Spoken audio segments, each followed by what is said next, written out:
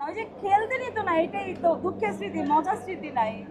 তো সেই স্মৃতিটা যদি একটু বলতেন আমাদের। এখনো যদি দুঃখজনক হবে, যদি এখনো যদি আমাকে ব্যাটিং এ না দেয়, কোনোভাবে যদি ব্যাট করতে না দেয় তাহলে। ওকে, যদি গ্যাঞ্জাম এক্সপিরিয়েন্স কেমন ক্রিকেটের?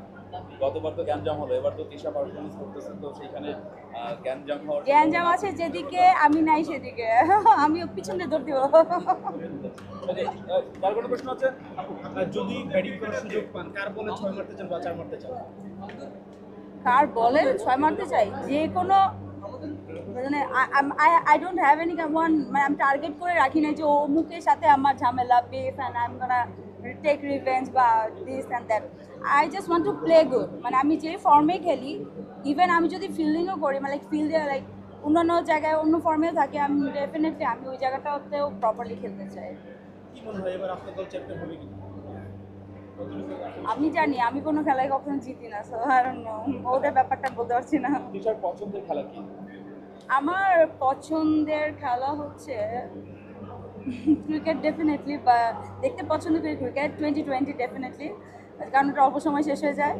আর হচ্ছে পছন্দের খেলা লুডো, লুডো? মোবাইলে। মোবাইলে লুডো খেলা। ওকে, পছন্দের ক্রিকেটার কি? পছন্দের ক্রিকেটার তো মাশরাফি বিন মুর্তজা ছিলেন, আর সাকিব আল হাসান, তামিম ইকবাল, সবই আমার পছন্দ। ওকে, যদি মানুষের মন নিয়ে খেলার ইচ্ছে থাকে তাহলে তিশা কার মন নিয়ে খেলতে? কোনো সময় কারো মন নিয়ে খেলতে চাই না, দিস ইজ ভেরি ব্যাড। কারণ আমি যদি কারো মন নিয়ে খেলি, কখনো কখনো কেউ আমার মন নিয়ে খেলবে, সো ইয়া। এখন পর্যন্ত কি কেউ আপনার মন দিয়ে খেলেনি? আই ডোন্ট নো, মেবি খেলেছে। ওকে, কেমন পারফরমেন্স করবে তিশা ক্রিকেটের মাঠে?